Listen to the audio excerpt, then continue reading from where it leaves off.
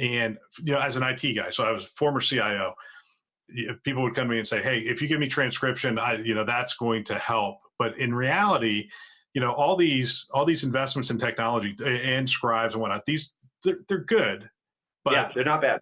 They're not bad, but essentially what you're telling me is focus on the people. Focus on the people side of it. Focus on change management. Focus on creating a culture that listens, a culture that's responsive, a culture that's collaborative in terms of making it better. Educate utilize physician builders to customize the system. Implement training in ways that people can receive it and people can digest it and make it a part of it. So you're looking for, ownership, personalization, mastery are the three things you talked about.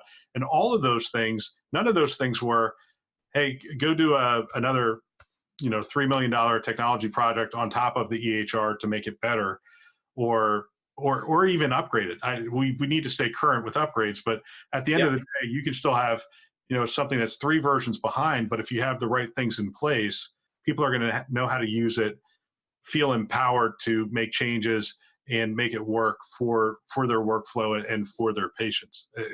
Is that capturing it?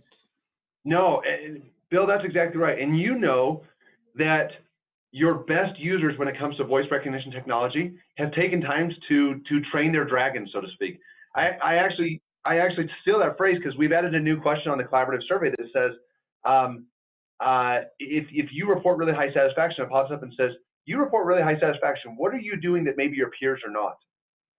And the most common answer is, I've taken time to set things up to my needs.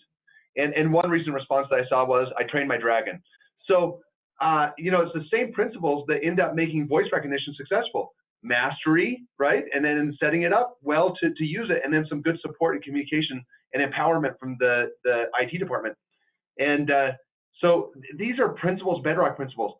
Once we get, and it's the low-hanging fruit at almost every organization, once we get most organizations up to a place where we're really starting to fire and people are using the functionality that they have, now we're at a place that you can come in and layer on top artificial intelligence and clinical decision support and a lot of these, and natural language processing, a lot of these functionalities that are going to really be accelerators for the industry. That's going to be really exciting, but we can't do any of that until we have users that are up to where our current technology is. Most are not even using most of the functionality in their latest version, let alone these next generation pieces. And if you think that it's frustrating today because you don't know where to click and where buttons are, start adding on artificial intelligence over the top that start giving you predictive algorithms.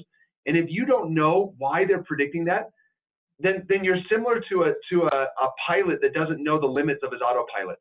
Then you don't know how to use it, and you shouldn't use it at all if you don't know whether you can use it in rain or snow or fog, and when you can use it and when you can't.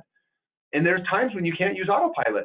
So similarly, we've just got to get our users up to a place that we can start to do some of the exciting things that we're all excited about. And then we can really revolutionize healthcare moving forward.